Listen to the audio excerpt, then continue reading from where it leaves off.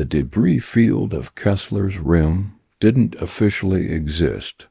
Concord charts marked the sector as cleared, no salvage value, which was exactly why Kale Voss loved it. Official Concord data was written by people who'd never actually flown a rig into the dark and felt the hole groan around them. He'd been running scavenger routes out here for 6 years, ever since his father's mining contract collapsed and left the family with nothing but debts and a battered salvage skiff named Widow's Luck. Kale wasn't proud. He took what the dead left behind and sold it to whoever paid best, alien or human, no questions asked. It kept his mother's medicine paid for. That was enough. His scanner had been humming with the usual junk signatures, hole plating, dead reactor cores, the occasional intact data crystal worth a few hundred credits, when it caught something that made him sit up straight. A mass reading too large, too symmetrical, tucked behind a shattered asteroid that Concord surveys had apparently never bothered to look behind. He eased the Widow's Luck around the rock, running lights low, heart climbing into his throat. What he found stopped his breathing entirely. A warship, not scrap, not a wreck, intact. 2 kilometers of dark hull, dust-caked and silent, hanging in the void like something sleeping rather than something dead. Its lines were wrong for anything Kale had ever salvaged. Sharper, more aggressive, built by hands that hadn't been thinking about Concord trade regulations or weapons treaties. Old human designs from before the withdrawal, when humanity still built ships meant to fight rather than merely exist. He drifted closer, running his lights across the hull, and found the markings buried under decades of micrometeorite scarring. A designation, a fleet name, one that shouldn't exist because that fleet had been annihilated during the war, wiped from history and the peace treaties humanity had been told to be grateful for. Kale's hands trembled on the controls. Every warning drilled into him since childhood said to log the coordinates, report it to Concord Salvage Authority, and let them come strip it for whatever bounty they'd throw him. That was the safe thing, the legal thing. Instead, he found himself guiding the Widow's Luck toward an airlock that had no business still holding pressure after all these years, driven by a question he couldn't shake. If this ship had been destroyed like the history books said, why was it still here, whole and waiting? The outer hatch resisted, then yielded with a shudder that traveled up through his boots. Stale, ancient air hissed past him into the vacuum of his suit sensors. Beyond the airlock, darkness swallowed his lights whole, corridors stretching away into a silence that felt less like death and more like something holding its breath. Somewhere deep in that ship, a single status light flickered on and then went dark again as if reconsidering. Kale Voss did not know it yet, but he had just found the thing every alien government in the Concord had spent 200 years hoping humanity would forget it ever built. The corridors were colder than space had any right to make them feel.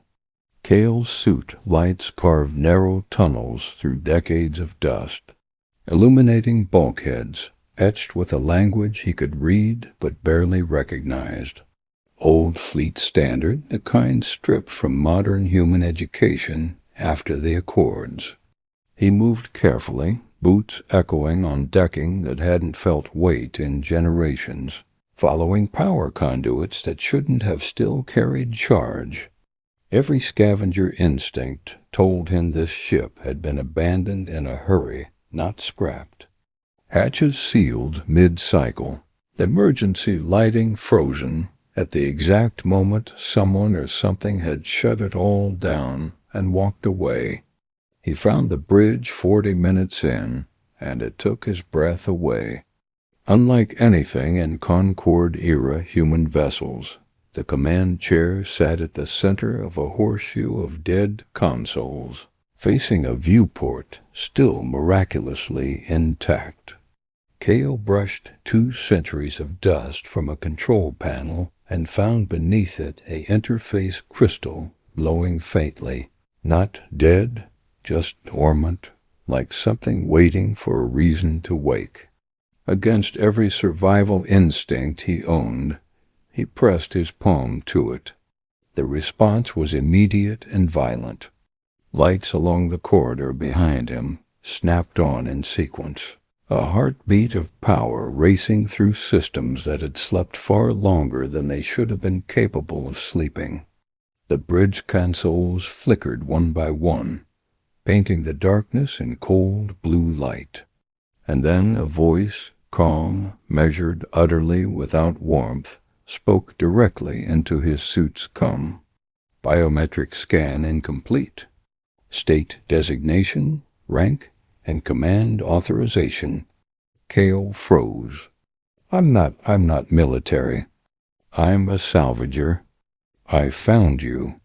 A pause longer than any machine should need to think.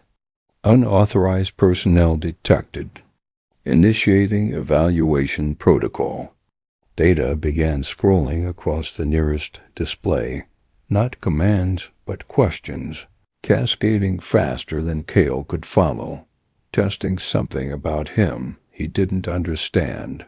His pulse hammered as sensors he could feel but not see swept over his suit, his body, perhaps even his intentions. "Query," the voice said finally, "do you know what I am?" "A warship," Kale managed. "One that isn't supposed to exist." "Correct designation. Incomplete. I am the last operational unit of a class humanity was ordered to forget. My crew did not abandon me in defeat, scavenger. They were ordered to leave me sleeping against a day the Accords might no longer hold."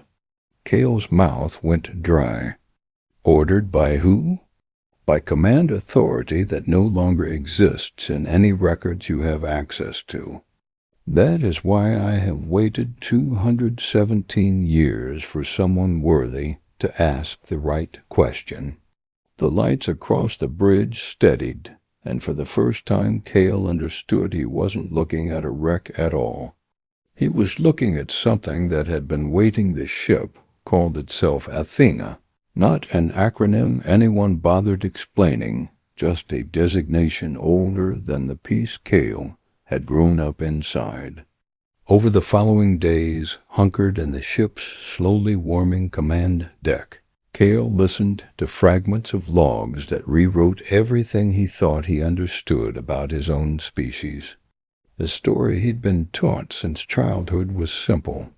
Humanity fought a war against a coalition of advanced alien powers, lost badly, and was granted mercy in the form of the Accords, a set of restrictions on human military technology, expansion, and autonomy, dressed up as generous terms for a defeated people grateful to survive.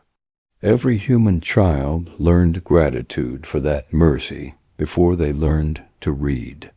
Athena told a different story. "You did not lose," the ship said flatly, as damaged log files reconstructed themselves piece by piece on the display. "You were winning, escalating faster than coalition war modeling could account for.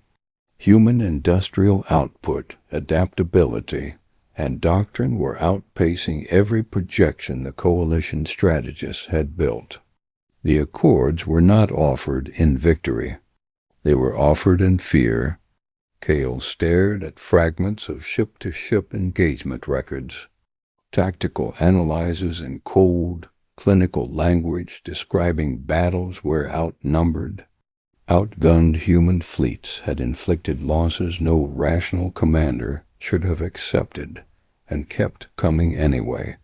Coalition High Command determined that continued conflict, even an eventual coalition victory, would cost more than they were willing to pay, Athena continued.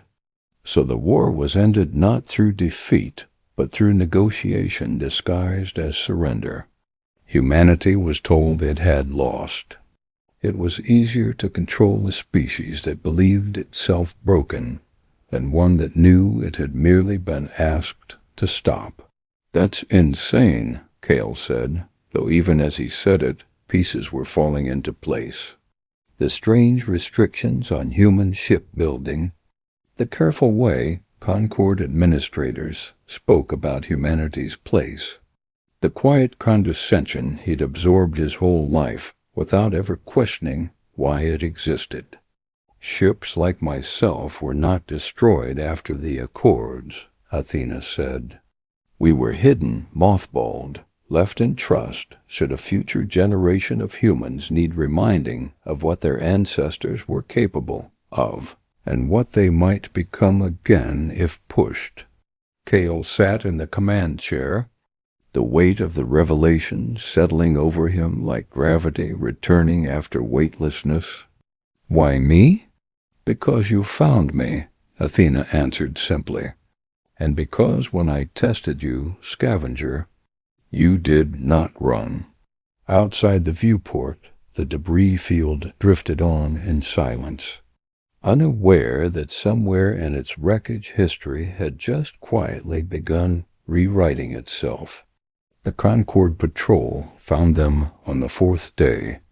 It was routine at first, a border monitoring cruiser called Vessel Cathala, crewed by the insectoid Vrana, sweeping the debris field on a scheduled pass.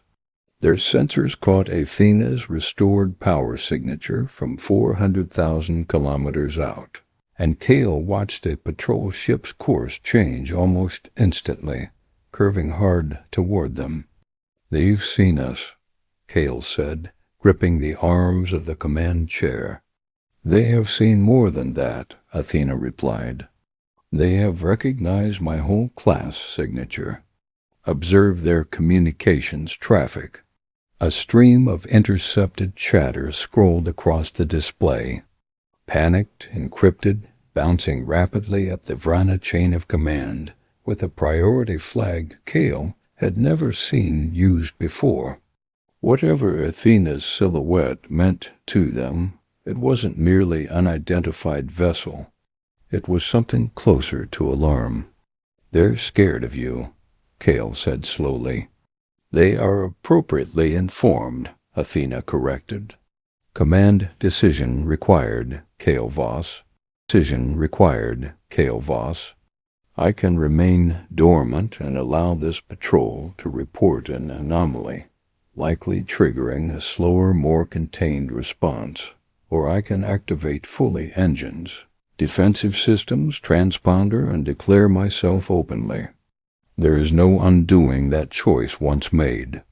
Kale thought of his mother's medicine bills, his father's broken contracts, every quiet insult he'd swallowed his whole life about humanity's proper place in conquered space. He thought about 200 years of a lie so complete it had convinced an entire species to be grateful for its own leash. Activate, he said, all of it. Athena did not hesitate. Power surged through the 2 km hull in a cascade that lit up the debris field like a second sun. Weapon systems older and more dangerous than anything currently legal under the Accords came online in sequence, systems singing back to life after 2 centuries of silence. And then, for the first time since the war's end, a human warship broadcast an active military transponder into open space. The Vran I Patrol cruiser didn't fire. It didn't dare. It simply held position at a very respectful distance, sensors locked on, clearly transmitting everything it saw back up its chain of command in real time. Their fleet command has been notified, Athena reported.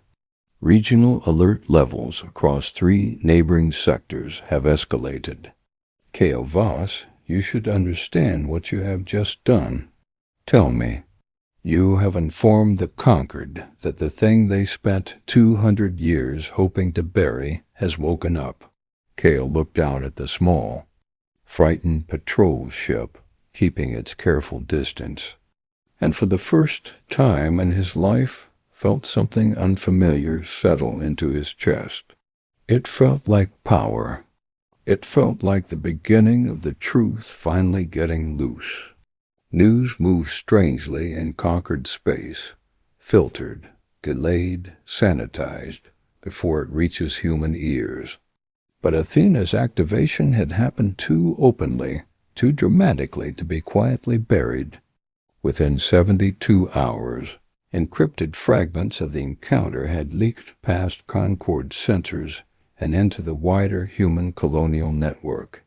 Kale watched it happen from Athena's bridge, following news feeds and back-channel chatter as the story rippled outward. Most humans who heard it dismissed it as rumor, propaganda, or wishful thinking. 2 centuries of conditioning didn't unravel in a week.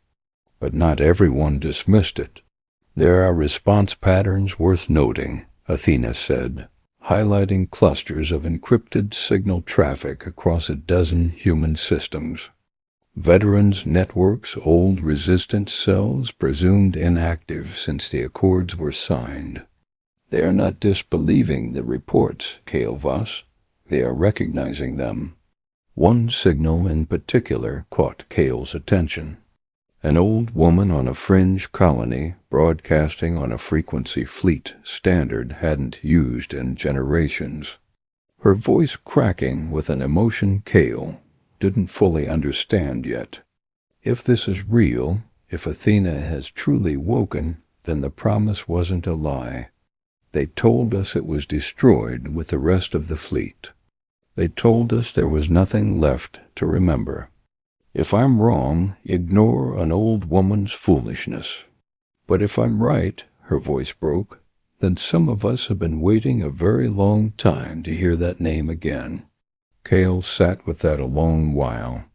Meanwhile, on the Concord side, the reaction was very different. Athena intercepted enough fragmentary diplomatic traffic to paint a clear picture. Emergency sessions convening across multiple species high commands, urgent queries about hull class verification, and more tellingly, a conspicuous coordinated effort to keep the story from spreading through official Concord news channels at all. They are not merely alarmed by one ship, Athena explained. They are alarmed by precedent. If humans learn that hidden warships exist, some may begin looking for others. And if others exist, then this isn't really about me, Kale finished. It's about what I might not be alone in finding. Correct assessment, Athena said. I was not the only unit mothballed under this protocol, Kale Voss. I was simply the one you found first. The implication settled over the bridge like a held breath. Somewhere out in the quiet corners of former human space, other ships might be waiting in exactly the same silence Athena had slept in, for exactly the same kind of person to stumble across them and refuse to walk away. Kale looked at the star chart, at all the empty spaces still unaccounted for, and understood that whatever came next was bigger than one salvager and one ship. It was the sound of a species starting to remember itself. The confrontation came sooner than Kale expected, not with weapons, but with words. A Concord diplomatic shuttle intercepted Athena at the edge of the debris field, requesting parley under formal treaty protocols. Kale, against Athena's cautious recommendation, agreed to receive the envoy. A Thessari negotiator named Vel Orkin, silver-skinned and unreadable, flanked by 2 aides who never spoke. You understand, Vel said, once seated across from Kale in Athena's restored briefing room, that what you have done constitutes a significant violation of the Accords. Reactivation of pre-withdrawal military assets is explicitly prohibited. Funny, Kale said. Nobody explained to me that pre-withdrawal military assets still existed to be reactivated. Seems like an important detail to leave out of a treaty I never actually agreed to. Something flickered behind Vel's composed expression, not quite guilt, but close. The Accords were negotiated for the benefit of all parties, Vel said carefully. Incorrect, Athena interjected through the room's speakers, voice utterly without malice, simply stating fact. The Accords were negotiated for the survival of the coalition following battlefield analysis indicating continued engagement with human forces carried unacceptable casualty projections regardless of eventual outcome. I retain the full engagement records, Negotiator Vel Orkin. Shall the first display them for your review or for the review of the human populations you have spent 2 centuries characterizing as a defeated species? The silence that followed told Kale everything he needed to know. You beat us, Kale said slowly, watching Vel's face. Or you were about to, and instead of admitting that you convinced an entire species to believe it lost because of broken, people is easier to manage than a victorious, one that knows its own strength. It was never about deception for its own sake, Vel said, something almost like weariness entering his voice. It was about survival, ours and yours, and an emboldened, technologically escalating humanity uncontained represented a risk the coalition could not accept. The Accords prevented further war, whatever the cost to your species' self-understanding. Billions of lives, human and otherwise, were preserved by that peace. By lying to us? By choosing stability over truth, Vel said quietly. It is not the same as malice, Kale Voss, though I understand why it may feel that way to you. Kale studied the diplomat for a long moment and found to his own surprise that he believed him at least partly. The lie hadn't been cruelty, it had been fear dressed up as mercy, sustained by 200 years of convenient silence. That didn't make it forgivable, but it did make it something that could perhaps be renegotiated rather than merely avenged. Vel's departure did not bring peace, it brought mobilization. Within a week, Athena's sensors tracked conquered battle groups converging from 3 sectors. Not the token patrol ships of before, but genuine fleet assets moving with the kind of urgency reserved for existential threats rather than treaty violations. Kale watched the tactical display fill with hostile contacts and felt his stomach tighten. They're not coming to talk this time, he said. No, Athena agreed. They are coming to contain the precedent before it spreads further. Unfortunately for them, containment is no longer possible. She wasn't exaggerating. Across the star chart, new signals were beginning to bloom. First 1, then 3, then a dozen, each matching the same dormant power signature Athena herself had carried before Kale woke her. Other ships, other sleeping fleet assets, scattered across forgotten corners of former human space, activating in scattered, uncoordinated response to the same story spreading through resistance networks and veterans channels. They are not centrally commanded, Athena explained, tracking each new contact with something Kale could have sworn was pride. Some activated through direct human intervention, as you did, others through automated response protocols triggered by my own activation broadcast. The mothballing program was more extensive than even I anticipated. They conquered battle groups, converging on Athena's position, expecting a single target, found themselves suddenly facing a rapidly expanding, unpredictable pattern of returning human military assets scattered across multiple sectors simultaneously, with no clear central command to negotiate with, no single point of failure to eliminate, and no way to calculate how many more ships might still be sleeping, waiting for their own scavenger to stumble across them. Kale watched the conquered formations hesitate on his tactical display, holding position at the edge of engagement range, clearly awaiting orders that weren't coming quickly enough. "They are recalculating," Athena said quietly. "A strike against one ship is a policing action. A strike against a dozen with unknown numbers, still unaccounted for, risks reigniting precisely the conflict the Accords were designed to prevent. This time against an adversary with 2 centuries of grievance and considerably less patience for diplomatic manufactured mercy. Diplomatic manufactured mercy. For a long, breathless moment, nothing happened.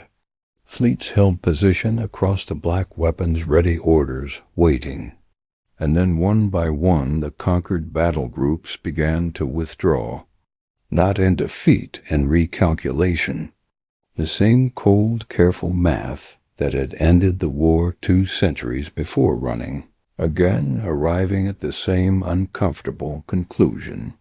Kale let out a breath he hadn't realized he was holding, watching the retreating fleets fade from the tactical display. "They're scared of what happens next," he said. "They should be," Athena replied. "So I suspect, should we all?" Retreat became the story that finally couldn't be buried. Word spread through human space faster than any conquered sensor could contain. Not rumor now, but confirmed, witnessed, undeniable fact. Alien fleets had gathered against a reawakening human presence and had chosen to withdraw rather than fight. For a species raised on 2 centuries of manufactured humility, the psychological shift was seismic. People who had never questioned their place in the conquered hierarchy began for the first time to ask why that hierarchy existed at all. Kale didn't lead an uprising. That was never what Athena had woken him to do. Instead, standing on the restored bridge months later, he watched as human representatives, some appointed, some self-selected out of the resistance networks that had waited generations for this moment, opened formal renegotiation talks with the conquered high command. Not petitions this time, not requests for mercy. Terms? They are offering expanded autonomy. Athena reported, relaying the latest diplomatic transmission. Revised trade agreements, acknowledgement of historical record accuracy regarding the war's true conclusion. It is not full independence, Kale Voss, but it is considerably more than humanity possessed a year ago. "It's a start," Kale said. He thought of the old woman on the fringe colony, her voice cracking over an old frequency, waiting decades to hear a name she'd been told meant nothing. He thought of his mother, who had finally learned the truth about the peace she'd spent her whole life being grateful for. He thought of 11 other ships now scattered across human space, each with a crew slowly rediscovering what they'd been built for. Not war necessarily, but the simple, dangerous dignity of choice. "Query," Athena said, breaking his thoughts. "You could have reported me to Concord Salvage Authority the day you found me, taken your bounty, walked away untouched by any of this. Kale considered that watching Earth's old flag, recovered from Athena's archives, faded but intact, hang now in the corner of the bridge where it had waited, folded for 200 years. "I know," he said, "but I didn't. Why?" He thought about it honestly, the way Athena seemed to deserve. "Because some things are worth waking up for," he said, "even if you don't know yet what they'll cost you." Outside the viewport, the stars stretched on, indifferent and endless, the same stars that had watched a species get told it was broken, and had now watched that same species remember, slowly, carefully, that it never truly was. The Concorde had spent 2 centuries calculating exactly how much room to give humanity. Now, for the first time since the Accords were signed, that calculation was being made. At this time, humanity was in the room to argue the terms. End.